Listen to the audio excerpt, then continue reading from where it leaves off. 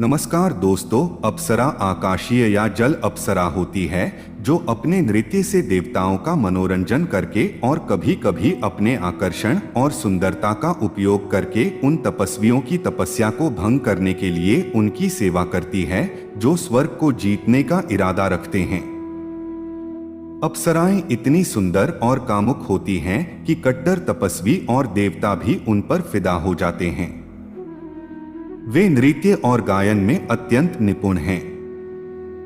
उन्हें अक्सर गंधर्वों के प्रेमियों या पत्नियों के रूप में वर्णित किया जाता है और वे स्वर्ग में रहती हैं और उनके पास कई दिव्य शक्तियां होती हैं। उनमें उर्वशी, मेनका, रंभा, तिलोत्तमा और घृतिचि सबसे प्रसिद्ध हैं। यह शब्द मूल शब्द आपा और सारा से बना है। आपा का अर्थ है पानी और सारा का अर्थ है तालाब या प्रेम और इच्छा से भरा हुआ।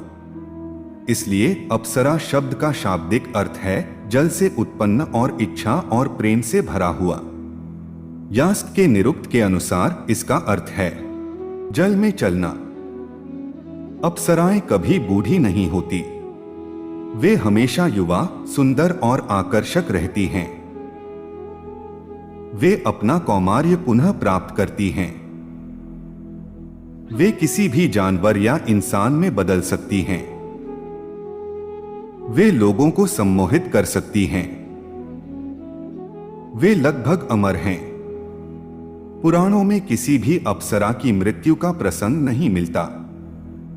प्रसन्न किए जाने पर वे एक भक्त की कई इच्छाओं को पूरा कर सकती हैं। वे उड़ सकती हैं। वे इंद्रियों को प्रसन्न करने के लिए 64 विधियों में निपुण होती हैं। तो दोस्तों, हमारे मन में सवाल उठता है कि क्या अप्सराएं देवताओं की वेश्याएं हैं? कुछ हिंदू शास्त्रों में उन्हें वेश्याओं के रूप में संबोधित किया गया है। तत्पश्चात देवताओं की वे वेश्याएं जो अपने दिव्य आभूषणों और दिव्य पुष्पों से सुसज्जित थीं, मुनियों के सामने प्रकट हुईं और भूमि पर अपना सिर झुका लिया। इंद्रदेव किसी भी अप्सरा के साथ यौन संबंध बना सकते हैं क्योंकि वे उनके आदेशों का पालन करने के लिए बाध्य हैं। उन्हें आमतौर पर इंद्र की अप्सराओं के रूप में संबोधित किया जाता है, लेकिन वे अपनी इच्छा से उसके अलावा किसी अन्य व्यक्ति के साथ यौन संबंध बनाने के लिए स्वतंत्र हैं, जैसा कि उर्वशी और पुरुरवा और उर्वशी और अर्जुन की कहानियों में वर्णित है। इसलिए यह संभव है कि उनके देवताओं और गंधर्वों के साथ शारीरिक संबंध रहे होंगे। जब हम उन्हें वेश्या कहते हैं तो हम उन पर अपनी दुनिया के नियम लागू करते हैं, लेकिन हमें यह ध्यान रखना चाहिए कि वे इंसान नहीं हैं और हमारे नियम उन पर लागू नहीं होते हैं।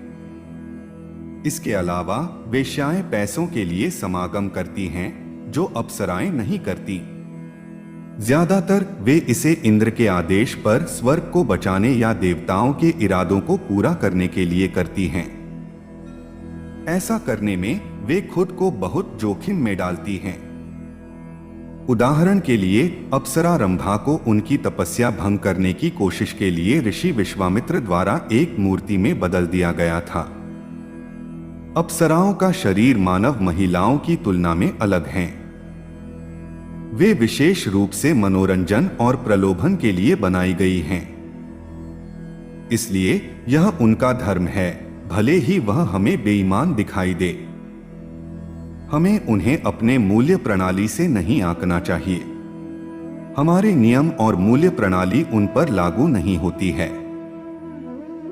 जानकारी अच्छी लगी हो तो लाइक और कमेंट करें और हमारे चैनल को सब्सक्राइब करें। धन्यवाद।